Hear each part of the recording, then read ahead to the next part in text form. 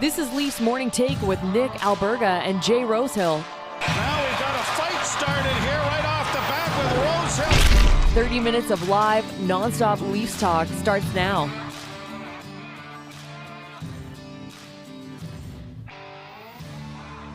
What's going on, Toronto? Another off day for the Leafs. They're back in action on Thursday night in San Jose. It's the Wednesday edition of Leafs Morning Take. Nick Alberga and Jay Rosehill. Rosie, how you feeling on this hump day, my man? Oh, not too bad, man. Ready to get going again. Obviously, the boys probably licking their wounds a little bit, and looks like they would have been nursing a hangover yesterday by the way they played. But looking forward to San Jose here and seeing if we can take advantage of them after a good loss to Vegas. So that's a long-ass hangover, if you ask me, considering they went out probably, Saturday and Sunday. You're getting in probably, 12:30 local time in Vegas on Saturday. They had a big stretch of time to do their thing on the Strip. When you're on the road and you come off a loss like this, obviously you want to jump back into action. How much does it stink just dwelling on a loss like that the other night?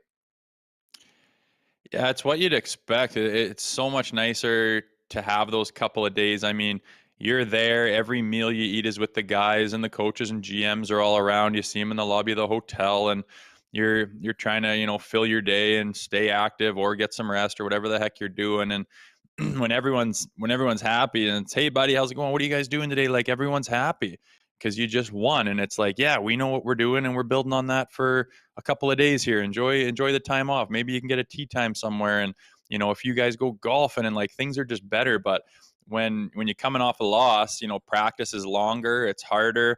You come back and, hey, after lunch in the hotel room, we're going to do, downstairs in the whatever room, we're doing some video and we're going to break down the game. So you got to go do that for, a period of time. And everyone's just like, oh, it's got to be better. And that's just kind of the vibe on the road. So just as you'd expect, life's better when you're winning and certainly not as good, especially with that team when you're losing.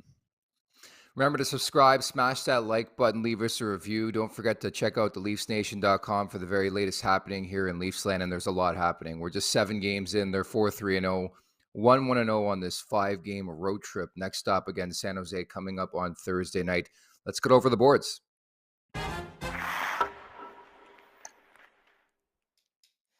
All right, Rosie created topic number 1 here. Mark Giordano has been a success story, I would say, specifically at the age of 39, but he's really, really elevated his play since Jake Muzzin went down, eh?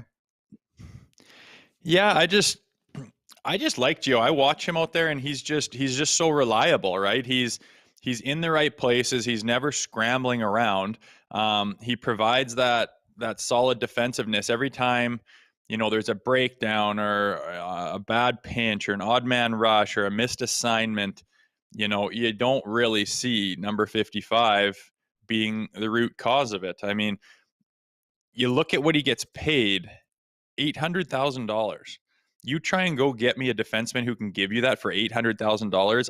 I'll give you all year and I'll say, good luck. Good luck filling that hole. Yet the reason I like to bring it up is because people bitch about Gio. And, oh, he's old, and, oh, he's downhill, and, oh, he's not the Norris winner anymore. Well, no shit. He's 39 years old, but he has won a Norris. So he has that forever. You have that ability to do that. That's experience. That's, mentally you understand what it takes to do that. You still have that, whether the body's still capable or not is irrelevant. You're getting paid $800,000 to do what he does. I think he's the biggest bargain on the team. And that doesn't mention his off-ice leadership qualities and abilities to lead that team and to take some of that off John Tavares and to have that veteran presence in the locker room. I just don't think he gets enough credit. Power play, penalty kill, he can block shots, he can bang a bit, and he just positionally sound, and he can play with anyone. And he can jump in with a guy like Hull and try to, negate some of his mistakes and try to take some pressure off him and get him in some of the right positions by following Gio's lead. And I just don't think enough is said about him, like +5 rating in 7 games played where there's been some goals scored against these guys. Not everyone's a plus player, and he just seems solid. I don't care if he's scoring tons of goals or putting up a shitload of points. Just for a guy on the back end for $800,000, God, he's a good bang for your buck with this team, and no one talks about it.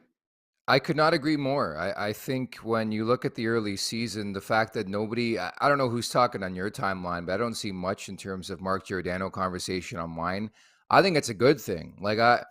I think he's the type of guy at this point in his career. You referenced he's 39. He's not the guy who's going to win the Norris anymore, but still, I think a very serviceable guy on this back end, especially on this back end, and just in terms of leadership, his style, his brand, the way he plays. Like, I think he brings a lot of intangibles to the table, and to that point, like the less you're hearing about Mark Giordano, the better it is for the Maple Leafs. And I think he's been a tower of power. I think he's been really, really steady, especially thrusted into an elevated role now with Jake Muzzin on the shelf. Muzzin, by the way, placed on IR, or LTIR, I should say, on Tuesday. Cal Clifford goes down, by the way, injured reserve. I don't know what happened. I didn't see it the other night against Vegas, but he's on IR now. They call up Philip Kroll.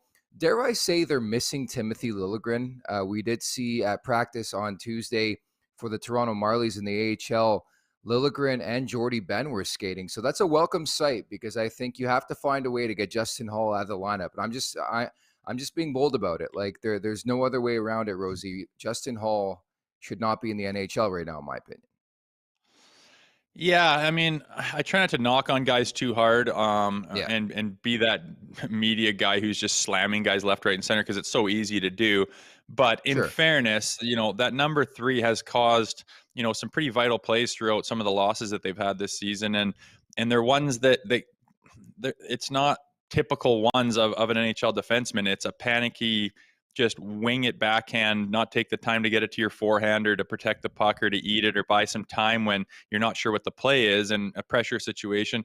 Just yard sail it up the center of the ice and it ends up in the back of your net, or you're a bad pinch, or you're chasing and you're causing 2-on-1s, and it's just been not the best play for him at all. And I agree with you. You want to get some of these guys back from IR, especially Lily. Like it would be nice to get him back in the lineup, see what he's got this year, and maybe he can kind of offset some of the problems that they have on the back end right now. And like you say, it's guys are going down, but at the same time, it's nice to see guys starting to come back, because when you start to get them on the IR in bunches, you can start running into some problems, and they're kind of walking that line right now. But like you say, some guys are starting to skate and come back, and all you can do is hope that they inject something positive into that lineup, especially on the back end.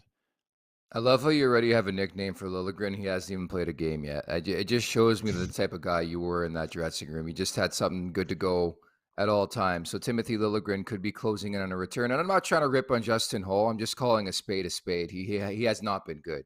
And that's not me going on my hottest hot take of all time. He just hasn't been good. Like, he's fighting the puck. He's fighting the game. And quite frankly, him and Pierre Engvall, I do not know why they're still in the Maple Leafs lineup. But again, I'm not the coach of this team. Speaking of which, playing for playoffs, are they taking the regular season for granted? I understand it's 7 games into this season, but it's been a less than inspiring 4-3-0 start through 7 games. Again, the switch likely will be shifting the other way, and they'll start to get on a bit of a heater here. But I haven't been impressed. Have you at all? Well, they're starting to creep towards that 500 hockey, which isn't good enough for this roster, and they know it. But for some of the losses they've had, they've also had some convincing wins, and they're capable of playing some solid hockey. And they could easily be 5-2, and it looks a lot better on paper. But you're in the middle of coming off a loss, and you got a couple of days to think about it. So those thoughts start to creep into our heads. But within that locker room, I'm telling you, they're not taking the regular season for granted. Like, I think that's stuff that we talk about and Twitter talks about and the media talks about, where these guys, all they care about is the playoffs, because that's the only place they've been struggling. But every team, you take an 82 game season, you start off in training camp and you kick it off. Those 82 games are just designed to keep trying to move forward and put building blocks together. You're trying to constantly make your team better, make them more consistent. You're tweaking power plays, you're tweaking forechecks, X's and O's, you're trying different things. You're injecting different things into the lineup. You're constantly doing video and talking about what works, what doesn't. And by the whole goal of this is, by the end of the season, come April, you hope that those building blocks are in place enough where you've got a well-oiled machine and you're ready to go in and do some damage in the playoffs. And nobody on that team, you don't make it to the NHL, you don't play hockey your whole life and be that stupid to think, yeah, we'll just mail it in here and then show up in April. Nobody thinks it works that way, and they're all smarter than that. Does it look like it sometimes? Yeah, say what you want, maybe, but no one in there is actually mailing it in for the regular season. Losing sucks. Every day that you're with that team and you're not winning is not even close to as good of a day as if you're winning. So it's just easier life when you're winning. So I promise you they're trying to do that, but you're going to take steps back now and then, and they're just, like I said, trying to put the building blocks in place to be able to really power forward and find that right recipe to start really rattling off some wins. Look, I get where you're coming from. I totally do, but they always seem to have that do not give a fuck attitude. And it's been a thing for X amount of years. Even in the Stanley Cup playoffs, it's like, yeah, this is game 1 of the playoffs. Where are you at? Where's the motivation? Where's the urgency? Where's the energy? It's just that like laid back approach that I think Leafs fans have seen way too much of in, say, the last decade, where it doesn't matter who the opponent is. You're going to get the same type of team come out. And I understand, again, we're just through 7 games to this season, but the lack of urgency is scary for me. I don't care if it's game 1. I don't care if it's game 83 to the season. Just bring it consistently. And I know every team early on in the season, Rosie, deals with consistency one way or another. But that's sort of my biggest takeaway so far in the early season. On any given night, I just have no clue what Leafs team is going to show up.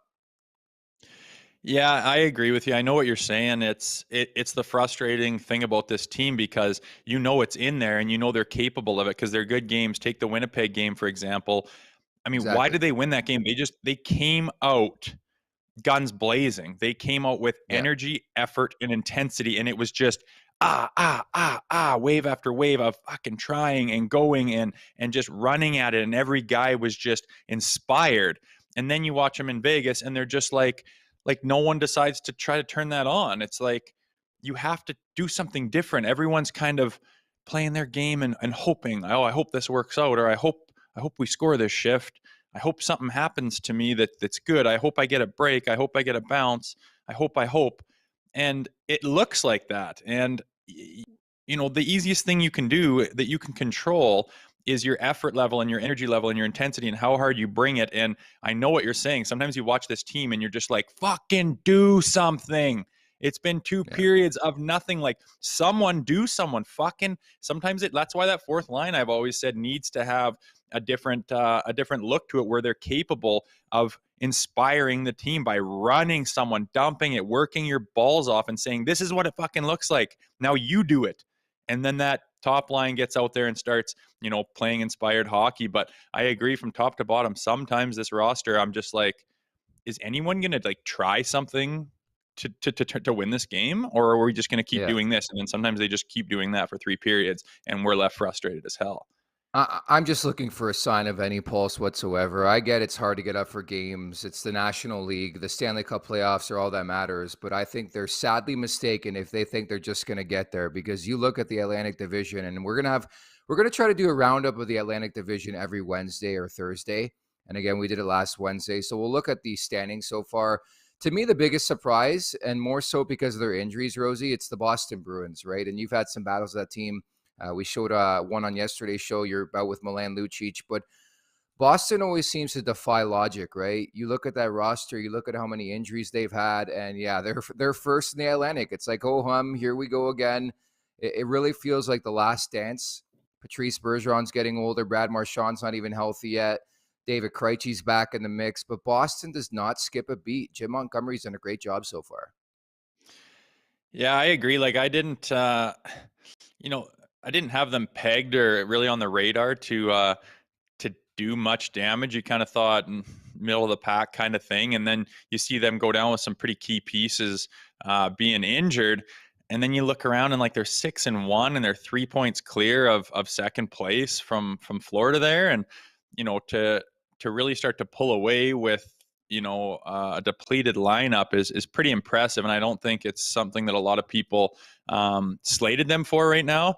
Good on them. I mean, they've been putting up the points and they've been playing consistent, and they can only potentially get better once their lineup becomes fuller with guys getting healthy. So obviously they're the ones to attack right now, and everyone else is a little bit clustered there towards the middle of the pack. But Ottawa Senators there quietly hanging around, and it was tough to see what they were going to do this year, if they were going to be solid or continue their ways of mediocrity. But yeah, it's starting to kind of take shape. We're approaching 10 games into the season, and starting to see who's got it and who's doesn't. And yeah, the one that stands out for sure is those Bruins with, like you say, a depleted lineup and still just kicking ass.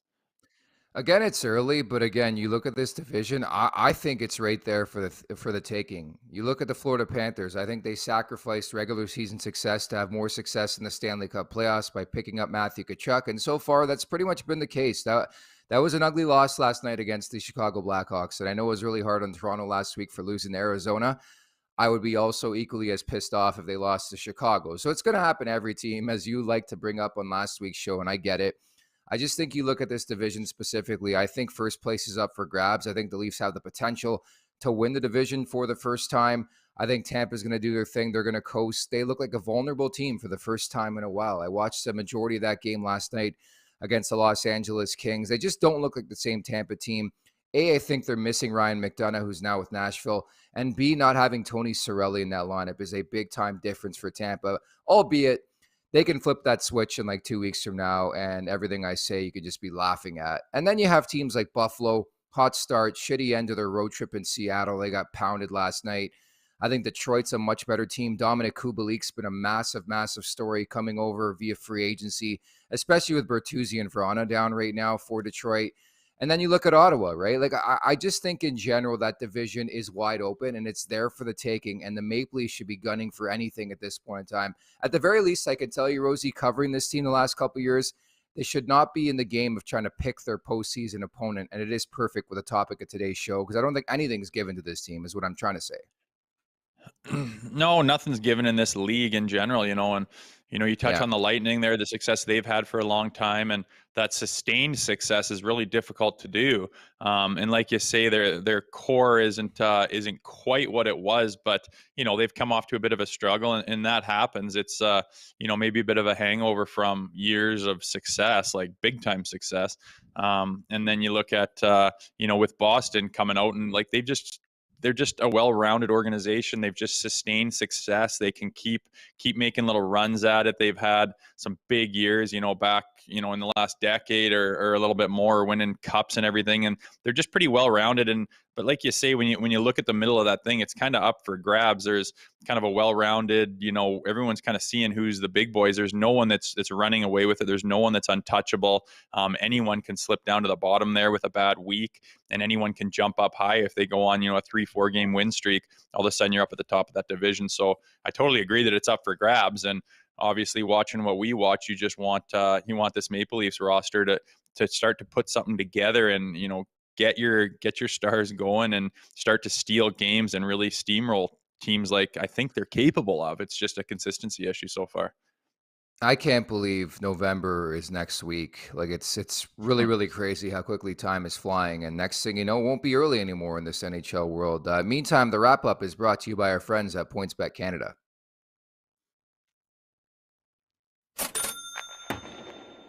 There it is. We got to get Alex to do just a sound effect to bring us in. Cha-ching. Here comes the money. Yeah, exactly. The Shane McMahon theme song. I don't know if you're a wrestling guy, but that would be tremendous. I got to give you credit before I get into it, because on yesterday's show, I took the wild puck line, and you just talked about the fact in the betting world, you're just praying for that guy to score the empty netter. And I think Joel Eriksson-Ek, with 31 seconds left, gives us the puck line victory. Man, that felt really good. Isn't that beautiful when that happens?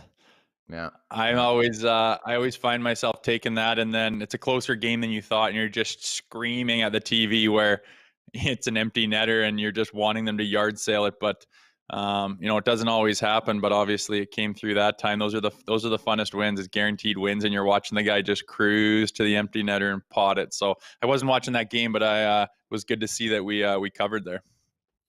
Plus money, thank you very much. For tonight's look, it's a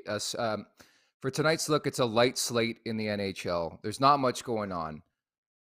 But for me, there is. I am going to St. Louis. I want the Edmonton Oilers money line in that game.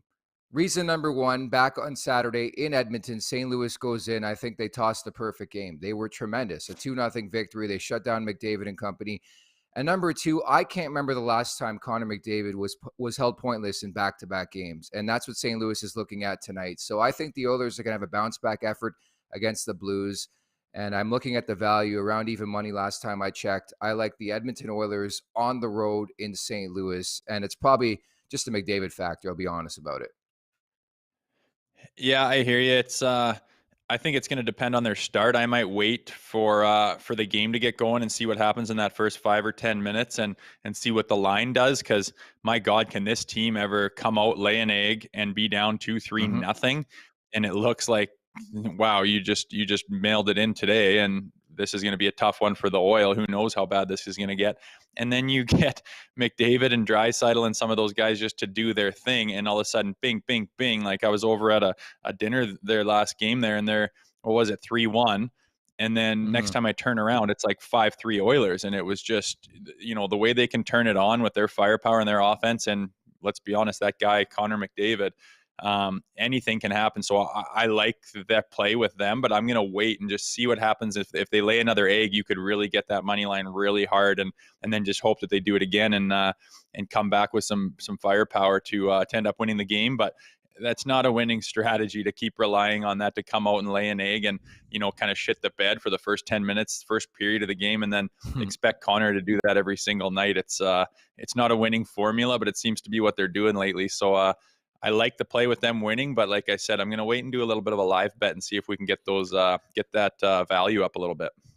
I will I like that angle quite a bit. And I was texting with you off air. I actually hit the live line against Pittsburgh when they were down 3-2 the other night. They go on to win. And if you see like a trend like that, might as well jump on it, especially a team like Edmonton, who we know can score goals. And I should add too, like the Blues are an absolute wagon on home ice. So this is a big time heat check for yours truly. I know I've been rather successful on my PointsBet Canada bets of the day so far.